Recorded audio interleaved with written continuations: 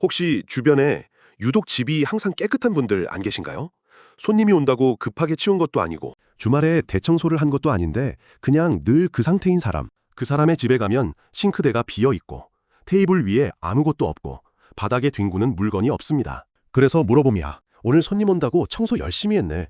돌아오는 대답은 아니 원래 이래. 그러면 자연스럽게 이런 생각이 들죠. 쟤는 정말 부지런하네. 아니면 시간이 남아도나? 그것도 아니면 청소를 좋아하는 특이한 사람인 건가? 세 가지 다 틀렸습니다. 매일 집을 깨끗하게 유지하는 사람들은 더 부지런한 것도 시간이 넉넉한 것도 청소를 특별히 즐기는 것도 아닙니다. 그들은 환경과 자기 자신의 관계를 다르게 이해하고 있는 것입니다. 그리고 그 이해는 심리학과 신경과학이 뒷받침합니다. 오늘 이 영상에서 제가 보여드리려는 것은 깨끗한 집에 관한 이야기가 아닙니다. 이것은 우리의 마음 상태, 정체성, 그리고 스스로를 어떻게 대우하는가에 관한 이야기입니다. 본격적인 이야기에 앞서 이 말씀부터 꼭 드리고 싶습니다. 혹시 지금 이 영상을 보면서 자기 방 상태가 떠올라 불편한 분이 계신다면 이것 하나만 기억해 주세요. 어질러진 집은 게으름의 증거가 아닙니다. 우리 사회는 정리정돈을 인격의 척도처럼 다루는 경향이 있습니다. 방이 깨끗하면 성실한 사람, 지저분하면 게으른 사람. 이 프레임은 심리학적으로 정확하지 않습니다. 누군가의 공간이 무너져 있을 때 그것은 대부분 성격의 문제가 아니라 상태의 문제입니다. 스트레스, 감정적 소진, 삶의 전환기. 이런 상태에서는 뇌의 실행 기능, 그러니까 계획하고 시작하고 순서를 매기고 완료하는 능력 자체가 저하됩니다. 그러면 가장 먼저 무너지는 영역 중 하나가 바로 정리정돈입니다. 그리고 한 가지 더 말씀드리겠습니다. 오늘 이 영상에서 이야기할 매일 치우는 사람들은 여러분보다 의지력이 강한 사람들이 아닙니다. 이 점을 강조하는 이유가 있습니다. 나는 의지력이 부족해서 저렇게 못해 라고 생각하는 순간 변화의 가능성을 스스로 차단해버리기 때문입니다. 실제로 일어나고 있는 것은 의지력의 차이가 아닙니다. 환경을 인식하는 방식의 차이이고 청소라는 행위를 경험하는 방식의 차이입니다. 지금부터 그 차이가 무엇인지 하나씩 보여드리겠습니다. 먼저 우리가 매일 살고 있는 환경이 우리에게 실제로 무슨 일을 하고 있는지부터 이야기해 보겠습니다. 이것을 이해하면 매일 치우는 사람들이 왜 그렇게 하는지의 절반이 설명됩니다. 환경심리학에 어퍼던스라는 개념이 있습니다. 생태심리학자 제임스 깁슨이 제안한 이 개념은 간단합니다. 환경에 있는 모든 사물은 우리에게 특정한 행동을 유도합니다. 의자를 보면 앉고 싶고, 문손잡이를 보면 잡고 싶고, 계단을 보면 오르고 싶습니다. 이것은 의식적 판단이 아닙니다. 사물의 존재 자체가 행동의 가능성을 뇌에 제시하는 것입니다. 그런데 이것을 우리의 집에 적용하면 매우 흥미로운 일이 벌어집니다. 싱크대에 접시 하나가 놓여 있으면 그 접시는 우리에게 여기에 하나 더 놓아도 돼 라는 신호를 보냅니다. 의자에 옷 하나가 걸쳐져 있으면 두 번째 옷이 그 위에 올라갈 확률이 올라갑니다. 테이블 위에 택배 상자 하나가 놓여 있으면 영수증이, 리모컨이, 열쇠가 그 옆에 자리를 잡기 시작합니다. 혹시 이런 경험 없으신가요? 분명 어제까지 괜찮았던 공간이 이틀, 사흘 사이에 갑자기 어질러져 있는 느낌. 그것은 갑자기 일어난 것이 아닙니다. 첫 번째 물건이 방치된 순간부터 연쇄 반응이 시작된 것입니다. 범죄학에 깨진 유리창 이론이라는 것이 있습니다. 1982년에 윌슨과 켈링이 제안한 이론인데 건물의 유리창 하나가 깨진 채 방치되면 그것이 이 공간에서는 무질서가 허용된다는 신호가 되어 더 많은 유리창이 깨지고 더 큰 무질서가 따라온다는 것입니다. 원래는 도시 환경과 범죄에 관한 이론이지만 우리의 집안에서도 정확히 같은 원리가 작동합니다. 첫 번째 접시가 싱크대에 방치되는 순간 그것이 이 공간에서는 방치가 괜찮다는 환경적 메시지가 됩니다. 그런데 이 어퍼던스의 힘은 반대 방향으로도 작동합니다. 미네소타 대학교의 캐슬린 보스 연구팀이 2013년에 사이콜로지컬 사이언스에 발표한 실험이 이것을 아주 선명하게 보여줍니다. 연구팀은 참가자들을 두 그룹으로 나눠서 한 그룹은 정돈된 방에, 다른 그룹은 어질러진 방에 앉게 했습니다. 그리고 간식을 선택하게 했는데 정돈된 방에 앉았던 사람들은 초콜릿바 대신 사과를 선택할 확률이 유의미하게 높았습니다. 심지어 자선단체에 기부하는 금액도 더 많았습니다. 잠깐, 이 결과가 시사하는 바는 엄청납니다. 참가자들은 방에 그냥 앉아 있었을 뿐입니다. 누가 건강하게 먹으라고 말하지 않았고 기부하라고 권하지 않았습니다. 그런데 깨끗한 방에 앉아 있었다는 사실 하나가 식습관과 관대함까지 바꿔놓은 것입니다. 환경이 중립적 배경이 아니라 행동을 적극적으로 형성하는 힘이라는 것을 이보다 분명하게 보여주는 연구는 드뭅니다. 혹시 이런 경험 있으신가요? 방을 한번 정리하고 나면 갑자기 냉장고를 열어 건강한 것을 먹고 싶어지거나 운동을 하고 싶어지거나 미뤄둔 일을 하나 처리하고 싶어지는 느낌. 그것은 기빈 탓이 아닙니다. 정돈된 환경이 우리의 뇌에 질서 있게 행동하라는 어포던스를 보내고 있는 것입니다. 그런데 환경이 우리의 행동만 바꾸는 게 아닙니다. 여기서 한 걸음 더 들어가 보면 더 놀라운 사실이 숨어 있습니다. 뇌 기능 자체를 바꾼다는 것이죠. 프린스턴 대학교 신경과학연구소에서 수행된 연구가 이것을 보여줍니다. 연구팀은 물리적 어질러짐이 시각 피지를 과부하시킨다는 것을 발견했습니다. 쉽게 말하면 어질러진 환경에 있는 것만으로도 우리의 뇌는 그 사물들을 하나하나 미완료 항목으로 등록합니다. 빨지 않은 빨래, 읽지 않은 우편물, 바닥의 양말, 의자에 걸친 옷. 우리는 이것들을 의식적으로 신경 쓰지 않는다고 생각하지만 뇌는 전부 처리하고 있습니다. 그리고 그 처리에 에너지를 쓰고 있습니다. 집중력이 떨어지고 정보 처리가 느려지고 정신적 피로가 쌓입니다. 집중이 안 돼서 책상을 한번 치웠더니 갑자기 머리가 맑아진 적 있으시죠? 그것은 인지 부하가 줄어든 것입니다. 기분이 아니라 실제 뇌 상태의 변화입니다. 그리고 이 영향은 인지 수준에서 멈추지 않습니다. 우리의 몸까지 바꿉니다. UCLA의 다비 섹스비와 레나 레페티가 2010년에 성격 및 사회심리학 회보에 발표한 연구가 있습니다. 연구팀은 맞벌이 부부 60쌍에게 자기 집을 직접 묘사하게 한 뒤 하루 동안 코르티솔, 즉 스트레스 호르몬 수치를 추적했습니다. 결과는 이랬습니다. 자신의 집을 어질러져 있다, 미완료 프로젝트가 많다고 묘사한 사람들은 편안하다, 안락하다고 묘사한 사람들에 비해 하루 종일 코르티솔이 유의미하게 높았습니다. 이게 무슨 뜻일까요? 우리가 집에서 보내는 매 시간, 우리 주변의 환경이 우리의 기본 스트레스 수준을 조용히 올리고 있을 수 있다는 것입니다. 퇴근 후 집에 와서도 왜 긴장이 풀리지 않는지, 주말인데도 왜 쉬는 것 같지 않은지, 그 원인이 환경에 있을 수 있습니다. 그런데 여기서 한 가지 더 흥미로운 것이 있습니다. 토론토 대학교의 스파이크리 연구팀이 2022년에 3,066명을 대상으로 수행한 사전 등록 실험에서 어질러짐이 스트레스를 올리는 것뿐 아니라 청소 행위 자체가 스트레스를 내린다는 반대 방향의 증거도 확인되었습니다. 실제로 손을 씻은 참가자는 높은 사회적 스트레스 상황에서 심혈관 반응성이 더 적응적인 방향으로, 그러니까 위협 상태에서 도전 상태로 전환되었습니다. 이것은 자기보고가 아니라 실제 생리적 반응으로 측정한 결과입니다. 어질러짐은 올리고 청소는 내립니다. 양방향입니다. 지금까지 한 이야기들을 잠깐 정리해 볼까요? 어질러진 환경은 세 가지를 동시에 합니다. 첫째, 뇌를 인지적으로 과부하시킵니다. 둘째, 스트레스 호르몬을 생리적으로 올립니다. 셋째, 더 많은 어질러짐을 행동적으로 유도합니다. 이 세 가지가 동시에 작동하면서 악순환이 만들어집니다. 어지러우니까 피곤하고, 피곤하니까 치우지 않고, 치우지 않으니까 더 어지러워지고, 매일 치우는 사람들은 이 악순환을 선순환으로 뒤집은 사람들입니다. 깨끗하니까 집중이 잘 되고, 집중이 잘 되니까 유지하게 되고, 유지하니까 계속 깨끗합니다. 그런데 여기서 질문이 생깁니다. 그들은 그것을 어떻게 한 걸까요? 악순환을 끊는 첫 번째 동작은 무엇이었을까요? 핵심은 그들이 청소라는 행위를 어떻게 경험하느냐에 있습니다. 그리고 이 부분이 대부분의 사람들이 모르고 있는 것입니다. 제가 지금부터 이야기할 것은 제가 이 주제를 조사하면서 가장 흥미로웠던 부분입니다. 청소를 매일 하는 사람들에게 왜 하느냐고 물으면 많은 사람들이 이렇게 대답합니다. 청소하면 머리가 맑아져. 정리하고 나면 마음이 편해져. 뭔가 개운해져. 대부분의 사람들은 이것을 그냥 기분의 문제라고 넘깁니다. 그런데 이것은 기분이 아닙니다. 실제로 뇌와 몸에서 일어나고 있는 신경학적 현상입니다.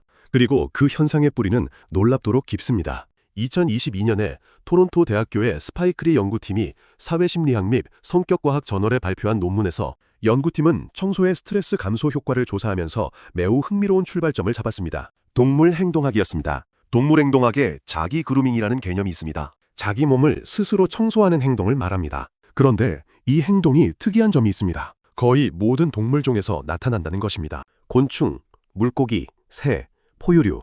그리고 이 행동은 단순히 몸을 깨끗하게 유지하기 위한 것만이 아닙니다. 동물행동학 연구가 수십 년간 관찰한 결과 자기 그루밍은 스트레스를 받을 때 증가합니다. 쥐에게 스트레스성 소음을 들려주면 그루밍 시간과 빈도가 유의미하게 올라갑니다. 코르티코트로핀 호르몬, 즉 스트레스 반응에서 분비되는 호르몬을 주입해도 같은 결과가 나옵니다. 그 이유는 자기 그루밍이 진화의 역사 속에서 아주 깊게 뿌리내린 생존 본능이기 때문입니다. 뇌관, 소뇌, 신선 조체에서 생성되는 학습하지 않아도 발생하는 행동입니다. 그리고 이 행동의 핵심 기능 중 하나가 각성 해소, 즉 스트레스로 활성화된 신경계를 진정시키는 것입니다. 자, 그러면 이것을 인간에게 적용해 보세요. 스트레스를 받거나 감정적으로 압도당했을 때 갑자기 청소를 하고 싶어진 적이 있으신가요? 짜증이 나는데 어느새 설거지를 하고 있거나 불안한데 갑자기 옷장을 정리하고 있거나 화가 났는데 바닥을 박박 닦고 있었던 적이요? 그것이 우연이 아닐 수 있습니다. 수억 년에 걸쳐 진화해온 스트레스 대처 메커니즘이 작동한 것일 수 있습니다. 청소라는 행위의 리듬, 반복적 동작, 신체적 활동, 눈에 보이는 결과, 이 모든 것이 우리의 신경계에 상황을 처리하고 있다, 괜찮다는 신호를 보내는 것입니다. 매일 청소하는 사람들 중 많은 이들이 이것을 의식하지 못한 채 발견한 겁니다. 그들은 청소를 하면 기분이 나아진다는 것을 체험적으로 알고 있고 그래서 반복합니다. 의지력이 아니라 뇌가 보상을 학습한 것입니다. 자, 여기서 한 겹 더 들어가겠습니다. 심리학에 맥베스 효과라는 개념이 있습니다. 2006년에 존과 릴리앤 퀴스트가 사이언스에 발표한 연구에서 명명된 것인데 셰익스피어의 맥베스에서 레이디 맥베스가 죄책감에 시달리며 강박적으로 손을 씻는 장면에서 따온 이름입니다. 연구는 이랬습니다. 참가자들에게 자신이 과거에 저지른 비도덕적 행동을 떠올리게 했습니다. 그런 다음 한 그룹에게는 소독 물티슈로 손을 닦게 하고 다른 그룹에게는 아무것도 하지 않게 했습니다. 결과는 놀라웠습니다. 손을 닦은 그룹은 죄책감이 유의미하게 줄어들었습니다. 물리적으로 손을 씻는 행위가 심리적 죄책감을 실제로 감소시킨 것입니다. 이 연구 이후 후속 연구들이 이어졌습니다. 2010년에 리와 슈워츠는 더 흥미로운 것을 발견했습니다. 매력도가 비슷한 두 선택지 중 하나를 고른 뒤에 발생하는 인지 부조화, 그러니까 내가 맞는 선택을 한 건가 하는 그 찜찜한 감정이 손을 씻은 후에 사라진다는 것입니다. 이 연구들이 가리키는 것은 하나입니다. 뇌는 물리적으로 깨끗해지는 것과 심리적으로 정화되는 것을 구분하지 못합니다. 물리적 씻기가 심리적 씻기로 작동합니다. 이 원리를 우리가 매일 하는 청소에 대입해보면 아주 흥미롭습니다. 카운터를 닦고 바닥을 쓸고 접시를 씻는 것, 이 행위들은 물리적 표면을 깨끗하게 만드는 것인 동시에 우리의 뇌에게는 하루의 스트레스와 감정적 잔여물을 씻어내는 행위이기도 합니다. 외부의 질서를 회복하는 과정이 내면의 질서를 회복하는 과정과 맞물려 돌아가는 것입니다. 매일 치우는 사람들이 정리하고 나면 개운하다고 말할 때 그것은 비유가 아닙니다. 그들의 뇌는 실제로 물리적 청소를 심리적 리셋으로 처리하고 있는 것입니다. 자, 이제 한 가지만 더 이야기하겠습니다. 이것은 청소의 효과가 단순히 결과, 즉 깨끗해진 공간에서만 오는 것이 아니라는 점을 보여줍니다. 2015년에 플로리다 주립대학교에서 흥미로운 실험이 진행되었습니다. 연구팀은 참가자들에게 설거지를 시켰습니다. 그런데 한 그룹에게는 설거지를 하면서 세제의 향기, 물의 온도, 접시의 질감에 의식적으로 주의를 기울이도록 안내했습니다. 다른 그룹에게는 아무런 안내 없이 그냥 설거지를 하게 했습니다. 결과는 이랬습니다. 감각에 집중하며 설거지한 그룹은 긴장감이 27% 감소했고 정신적 영감은 25% 증가했습니다. 그냥 기계적으로 설거지한 그룹에서는 이런 효과가 나타나지 않았습니다. 이것이 의미하는 것은 중요합니다. 청소의 심리적 효과는 깨끗해진 결과에서만 오는 것이 아닙니다. 행위 자체의 과정에서도 옵니다. 물이 손을 지나가는 감각, 표면이 깨끗해지는 것을 보는 시각적 피드백, 반복적인 신체 동작의 리듬, 이 과정 자체가 일종의 명상으로 기능할 수 있다는 것입니다. 매일 치우는 사람들 중에 청소할 때가 제일 편해 라고 말하는 사람들이 있습니다. 그들이 발견한 것이 정확히 이것입니다. 청소가 단순한 가사 노동이 아니라 반복적 동작과 감각적 집중을 통해 뇌를 진정시키고 현재에 머물게 하는 시간, 결과를 위해 하는 것이 아니라 과정 자체에서 무언가를 얻고 있는 것입니다. 지금까지 한 이야기들을 잠깐 정리해볼까요? 매일 집을 치우는 사람들은 무의식적으로 다음 세 가지를 경험하고 있는 겁니다. 진화적으로 내장된 스트레스 해소 메커니즘의 작동, 물리적 청소를 통한 심리적 정화, 그리고 반복적 행위 자체가 주는 명상적 효과. 이 세 가지가 겹쳐지면서 청소라는 행위는 단순한 집안일을 넘어 자기 치유의 도구가 됩니다. 그들은 이것을 이론적으로 알아서 하는 것이 아닙니다. 반복하면서 몸이 먼저 배운 것입니다. 청소하면 기분이 나아진다는 것을 뇌가 기억하고 있는 것입니다. 그런데 여기서 한 가지 중요한 질문이 남습니다. 청소가 이렇게 좋다는 걸 많은 사람들이 어렴풋이 알고 있습니다. 치우고 나면 기분 좋다는 것을 경험적으로 알고 있는 사람이 대부분입니다. 그런데 왜 매일 하는 사람은 소수일까요? 왜 대부분의 사람들은 알면서도 하지 않다가 어느 순간 한꺼번에 몰아서 하게 될까요? 이 질문의 답이 다음에 이야기할 내용에 있습니다. 여러분께 솔직하게 한번 여쭤볼게요. 청소를 하려고 할 때 머릿속에 가장 먼저 떠오르는 생각은 무엇인가요? 치워야 해. 이렇게 두면 더러워지니까. 이것도 못 치우면 내가 뭔데? 남이 보면 어떻게 생각하겠어? 만약 이런 말들이 여러분을 움직이는 동력이라면 그것이 바로 청소가 지속되지 않는 이유입니다. 심리학자 에드워드 대시와 리처드 라이언이 발전시킨 자기결정 이론은 인간의 동기를 연구하는 가장 영향력 있는 프레임워크 중 하나입니다. 이 이론의 핵심은 간단합니다. 인간의 행동이 자연스럽게 지속되려면 세 가지 기본 심리적 욕구가 충족되어야 합니다. 자율성, 유능감, 관계성. 해야 하니까는 외적 동기입니다. 외적 동기로 작동하는 행동은 외부의 압박이 사라지면 함께 사라집니다. 월요일에 이번 주는 매일 치워야지 하고 결심해도 수요일에 야근하고 돌아오면 그 결심은 증발합니다. 왜냐하면 애초에 우리를 움직이고 있던 것이 해야 한다는 압박이었고 피로가 그 압박을 이겼기 때문입니다. 매일 치우는 사람들은 다릅니다. 그들의 내면에서 작동하는 동력은 해야 하니까가 아닙니다. 자율성, 이것은 누가 시켜서가 아니라 내가 선택해서 라는 감각입니다. 매일 치우는 사람들에게 청소는 외부에서 부과된 의무가 아닙니다. 자기 공간에 대한 주권 행사입니다. 나는 이 공간을 이렇게 유지하기로 선택했다. 이 한 문장이 치워야 해와 근본적으로 다른 이유는 선택에는 자기 자신이 중심에 있고 의무에는 외부의 기준이 중심에 있기 때문입니다. 유능감, 청소는 즉각적이고 눈에 보이는 결과를 만들어내는 드문 행위 중 하나입니다. 닦기 전의 카운터와 닦은 후의 카운터, 정리 전의 방과 정리 후의 방. 이 차이는 즉시 확인 가능하고 그 확인이 뇌에 나는 이것을 해낼 수 있다는 유능감을 반복적으로 제공합니다. 직장에서는 몇 달을 일해도 결과가 보이지 않을 수 있지만 싱크대의 접시는 10분 안에 결과를 보여줍니다. 관계성. 여기서의 관계성은 타인과의 관계가 아니라 자기 자신과의 관계입니다. 이 공간을 돌보는 것은 이 공간에 사는 나를 돌보는 것입니다. 매일 치우는 사람들이 의식적으로든 무의식적으로든 자기 자신에게 보내는 메시지가 이것입니다. 나는 이 정도의 환경에서 살 자격이 있는 사람이다. 이 세 가지가 충족되면 청소는 의무에서 선택으로, 노동에서 자기 돌봄으로 전환됩니다. 그리고 이 전환이 일어난 사람에게 청소는 더 이상 의지력을 소모하는 행위가 아닙니다.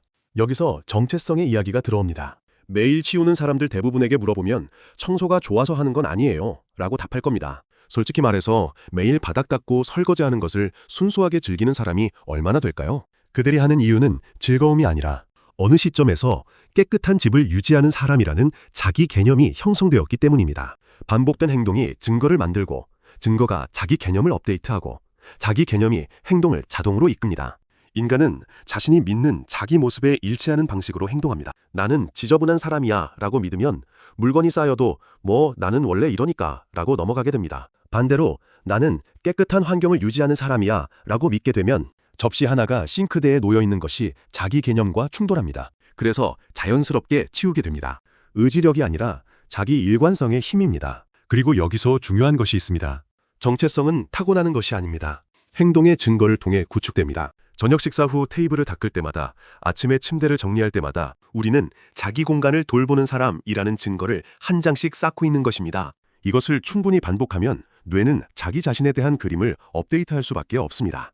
유럽 사회심리학 저널에 발표된 연구에 따르면 새로운 행동이 자동화되기까지 평균적으로 약 66일이 걸립니다. 약 2달입니다. 2달만 의식적으로 하면 그 이후에는 양치질처럼 그냥 하게 됩니다. 목표는 매일 억지로 청소하는 것이 아닙니다. 목표는 충분히 오래 반복해서 더 이상 억지가 필요 없는 사람이 되는 것입니다. 해야 하니까 하는 사람에서 그냥 하는 사람으로의 전환. 그것이 매일 치우는 사람들이 도달한 지점입니다. 여기까지 듣고 계신 분들 중에 이런 생각을 하시는 분이 분명 계실 겁니다. 다 이해했어. 근데 도대체 어떻게 시작하라는 거야? 지금부터 세 가지를 말씀드리겠습니다. 그리고 이 세 가지는 제가 임의로 정한 것이 아니라 앞서 설명한 연구와 이론에서 직접 도출된 것입니다. 첫 번째 접시를 잡으세요. 앞서 깨진 유리창 이론을 이야기했습니다. 모든 무질서는 첫 번째 방치에서 시작됩니다. 접시 하나가 싱크대에 놓이면 두 번째가 따라오고 세 번째가 따라오고 어느 순간 탑이 쌓여 있습니다. 그 탑을 보면 뇌는 이건 너무 크다고 판단하고 회피합니다. 시작조차 못하게 되는 것입니다. 해결책은 탑이 쌓이지 않게 하는 것입니다. 요리를 끝내면 바로 카운터를 닦으세요. 식사를 마치면 바로 접시를 씻으세요. 물건을 사용하면 바로 제자리에 돌려놓으세요. 전체를 청소하려고 하지 마세요. 첫 번째 무질서가 생기는 순간을 포착하세요. 무질서가 성장할 기회를 주지 않으면 우리가 하는 것은 청소가 아니라 유지입니다. 그리고 유지에 필요한 에너지는 청소에 필요한 에너지와는 비교할 수 없을 만큼 작습니다. 두 번째, 감각에 집중하세요. 플로리다 주립대학교의 마음챙김 설거지 연구를 기억하시죠? 같은 설거지를 해도 감각에 집중하며 한 사람은 긴장이 풀렸고 기계적으로 한 사람은 아무 효과가 없었습니다. 설거지를 할 때 물의 온도를 느껴보세요. 비누 거품이 접시 위를 지나가는 것을 봐보세요. 카운터를 닦을 때 표면이 깨끗해지는 것을 의식해보세요. 좋아하는 음악을 들어도 좋습니다. 핵심은 청소를 빨리 끝내야 할 일이 아니라 지금 이 순간에 머무는 시간으로 바꾸는 것입니다. 벌이 아니라 의식으로 만드세요. 뇌가 과정 자체에서 보상을 받기 시작하면 행동의 지속력은 완전히 달라집니다. 세 번째, 내면의 언어를 바꾸세요. 이것이 가장 중요할 수 있습니다. 자기결정 이론이 보여주는 것은 같은 행동이라도 그 행동을 어떤 언어로 프레이밍하느냐에 따라 동기의 질이 완전히 달라진다는 것입니다. 지워야 하니까. 이것은 외적 의무입니다. 압박이 사라지면 함께 사라집니다. 대신 이렇게 바꿔보세요. 이 공간에 사는 내가 이 정도의 환경을 받을 자격이 있으니까. 이것은 내적 선택입니다. 자기 자신에 대한 존중에서 나오는 행동입니다.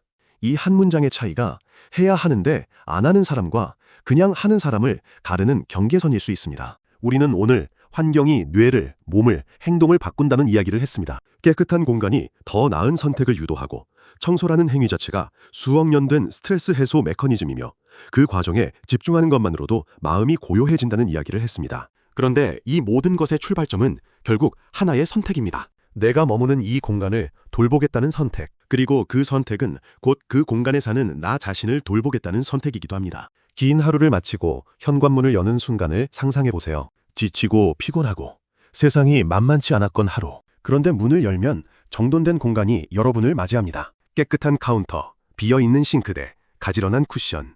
아무 말 없이 그 공간이 여러분에게 전합니다. 여기는 네가 돌봐둔 곳이야. 여기서 쉬어도 돼. 한번 생각해보세요. 그 느낌 나쁘지 않죠? 매일 집을 치우는 사람들은 결벽증 환자가 아닙니다. 강박적인 사람도 아닙니다. 하루에 몇 시간씩 청소에 매달리는 사람도 아닙니다. 그들은 단지 자신의 환경이 자신의 기분에, 에너지에, 집중력에, 그리고 자기 자신에 대한 감각에 영향을 미친다는 것을 이해하고 그 환경을 돌보기로 선택한 사람들입니다. 그래서 제가 한 가지 제안을 드리겠습니다. 앞으로 7일 동안 딱 하나의 공간만 선택하세요.